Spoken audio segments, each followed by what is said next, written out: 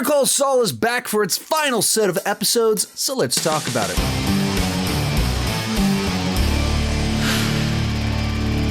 Hey, my name is Sean, and I love to talk about movies and TV way too much. With that in mind, go ahead and join me down below in the comment section. Share your thoughts on this latest episode of Better Call Saul. This is a spoiler review, so if you haven't watched the episode, please don't watch this video. Don't read the comments. Go watch the episode, then come and join the conversation here. And I don't know if I'll do week-to-week reviews up until the show is done with, but as for this week, there was definitely some stuff to talk about. So let's do this. And when it comes to both Breaking Bad and Better Call Saul, there's shows that, because of the nature of the storytelling, I don't tend to think about specific episodes. Also, with the way that I've watched them over streaming, for the most part, I also watch them in binge sessions. So I think in terms of like story arcs, more so than specific episodes.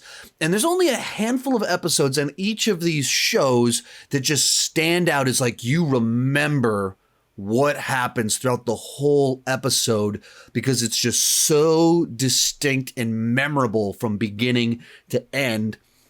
And this to me felt like one of those episodes that just stands out, like that you'll remember the one where Jimmy's tied up, Kim has a gun and she's off to go kill Gus, and then Lalo has his big master plan, and there's the final butting of heads with Gus, and ultimately Gus survives and Lalo does not. But you remember the whole thing because it's just so tense from beginning to end. And then, of course, obviously, big, gigantic, important stuff happens, both in the sense that, obviously, a major character from the last 2.5 seasons dies. But beyond that, this is Kim getting into a totally different level of Jimmy's shenanigans. And really, it's Jimmy getting into a whole different level of shenanigans, and seeing it play out. Now, of course, you had stuff with him and Lalo last season where he gets in a shootout and Mike saves him and they have to walk through the desert. And he's absolutely been in the middle of this stuff, but it's just overflowing at this point to Howard is dead. Jimmy literally spends an hour on the floor staring in Howard's dead face. And Kim is brought into it of just get her out of here so she's less likely to get killed in this situation. But there's no good answers for either one of them. And it's all happening. It's all just overflowing. The culmination of just a series of these choices and compromises of character that have led to, wow, they are in the midst of all of this. And I think that also makes so much of this so memorable and is so important to this journey from where Jimmy was, Better Call Saul episode 1, to where Saul Goodman is in the end of Breaking Bad season 2, or middle of Breaking Bad season 2, when he shows up in that episode and he's just such a sleazy character that doesn't seem to have any of Jimmy's good side.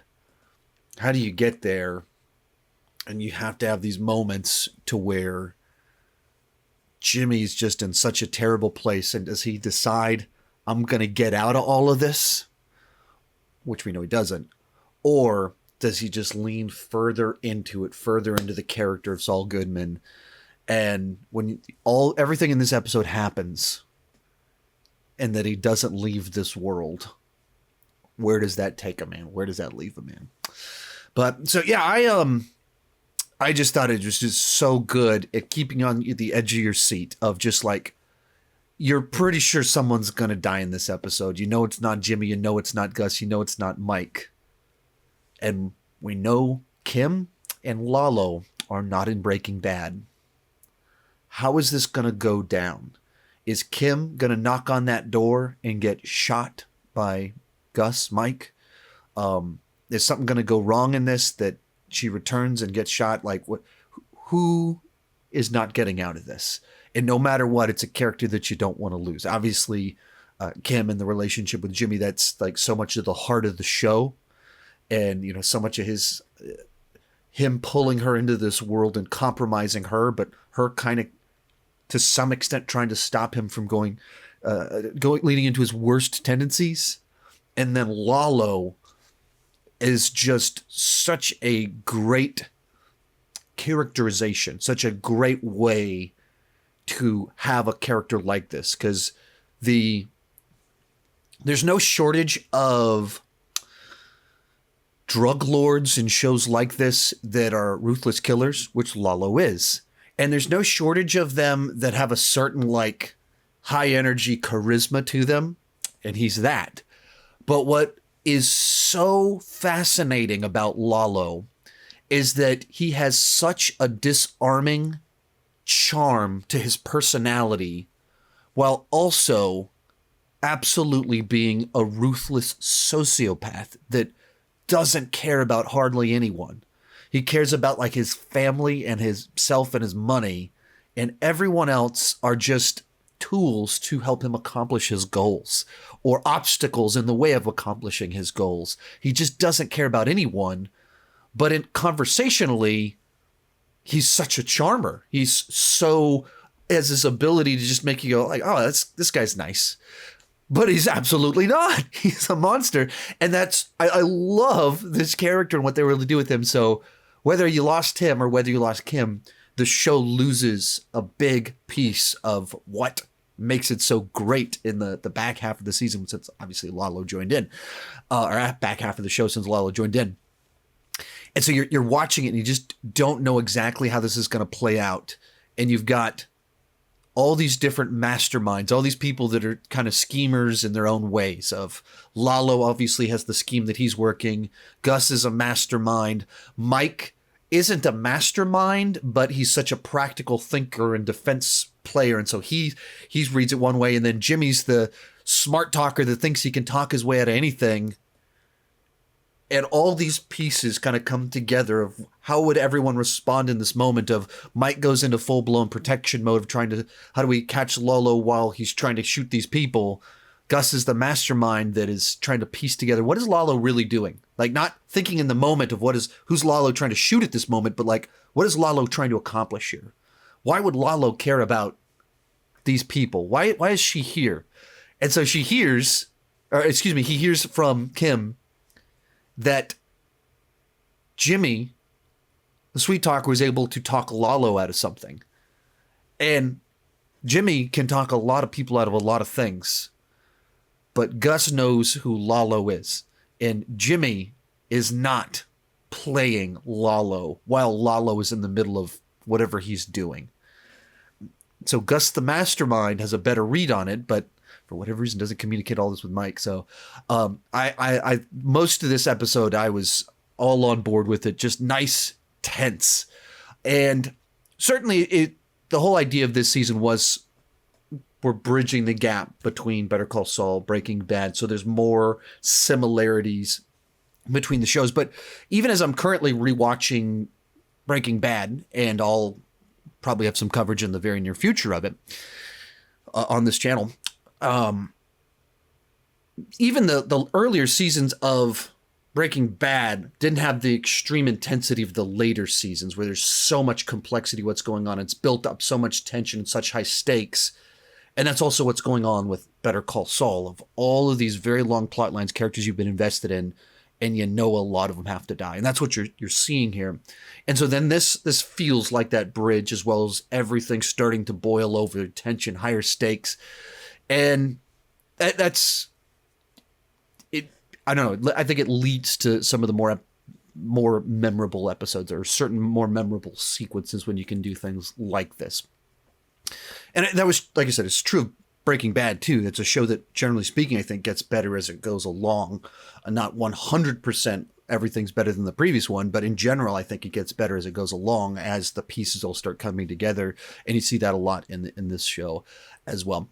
I will say the specific demise of Lalo, I'm not sure that I fully buy it. I think that could have been fine-tuned a little bit, because you have him, he's finally beat Gus, and he's got him there, and he's trying to get all this evidence and wants to, he's there just to get video evidence, and turns out this is even better. I got Gus himself, and I can humiliate him in this video before killing him or whatever he's going to do with him, and show Eladio everything going on.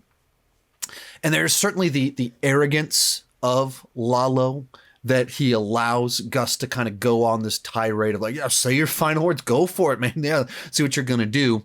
And Gus is, of course, a mastermind that knows things.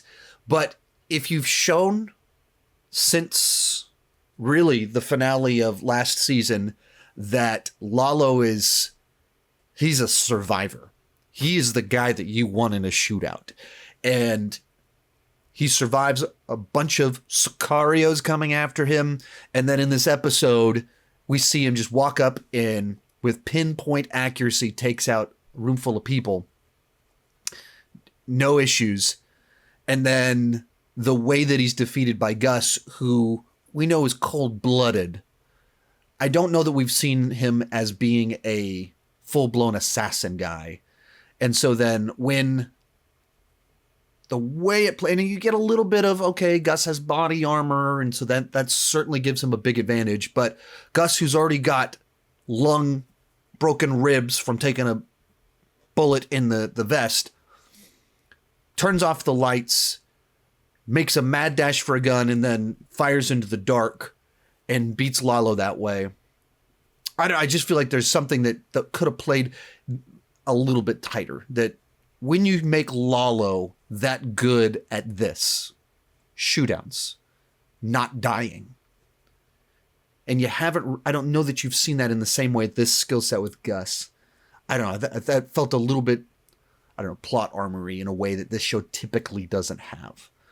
And when you make the way that the final demise of Lalo comes at the hand of Gus, and it is just the two of them, and Lalo clearly has the upper hand, that's a tough one to convince that Gus, even as the mastermind, can outdo him. Even with Lalo's arrogance, you've shown this is the thing that he's good at. This is the thing that he survives at. So I maybe that specific scene, I loved so many things about it. The specific way that Gus is able to be victorious, I don't know that I fully bought it the way that it was. And then it closes out with, you have Jimmy and Kim and Mike kind of working all that, like, what's the plan to go through this? And start to figure out, like, what, after everything that Kim has been okay with, what could lead Kim to leave Jimmy? What would she not be okay with? What would be too far? What would cause her to do some things that might cause some of these people to go after her, that might lead to her death? What could be those things that could make all this happen? And watching Howard get shot in the face because he got wrapped up in their wild world, that'll probably do it. That's probably one that could lead to whatever is going to be her exit, of her just making a run for it, her moving away, her whatever it is, or her getting killed. That'll do it. And likewise, we know that Jimmy's moral compass is off. So where can you have that divide? This will do it. But even the way that it kind of plays it out, starts off with the scene implying what the plan is with Howard. And then you see kind of Mike's reaction to this, of Mike always been, this guy's not in the game, they're not in the game. And then there is this guy that's Howard is not in the game, and we're going to have to tarnish his reputation, go along with Jimmy's shenanigans, his whole scheme that he was doing as part of this cover up. This guy didn't deserve this. And Mike's trying to be Mr. Practical with the whole plan and everything, but you even see in the final scene where they just flippantly toss Lalo's body in there, and he's like, "Hey, you got to be easy with this guy. Let's be respectful here." And Mike is not crazy about what went down here and how it all played out. But so I thoroughly enjoyed this episode. Minor, I mean, I lingered on a bit, but wish that maybe the way that Gus's victory played out had a little bit more intricacy to it, of something that felt a little bit more,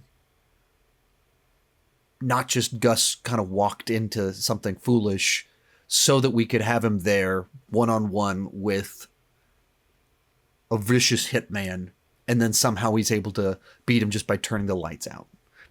He does have a bulletproof vest. That is a gigantic advantage in a shootout. But also being a survivor that's a ruthless killer is also a pretty big advantage when you have the upper hand and the gun. That's a pretty big advantage to try and win in a shootout. So, I don't know. I have no idea what other people are saying about it. Of like that just the way the show is normally written, so tightly, so earned, such intricate plotting and details, and then Gus beats Lalo in a shootout. That to me just feels like that's a bit of a gap. That's not Gus. There's a little bit of cleverness in what he's doing, but it's not that Gus is smarter and therefore the smarts beat the gun. It's just he has a little bit of smarts and then he won in the shootout. That's, I think, the disconnect there of the way he was victorious. Felt like Lalo outsmarted the mastermind, and then the mastermind outgunned the killer. Maybe that's a good way to phrase it, where it felt like there's a bit of a disconnect there.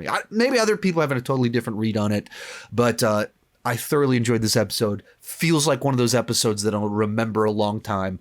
But honestly, I actively avoided anything on the internet. Watched this episode at like 1 a.m. last night. And then shot this without having checked the internet to know what anyone's kind of feeling about the way it all played out. So no clue where I stand amongst fans of the show and things like that. So let me know what you thought down below in the comments, and keep talking movies and TV too much. Bye-bye.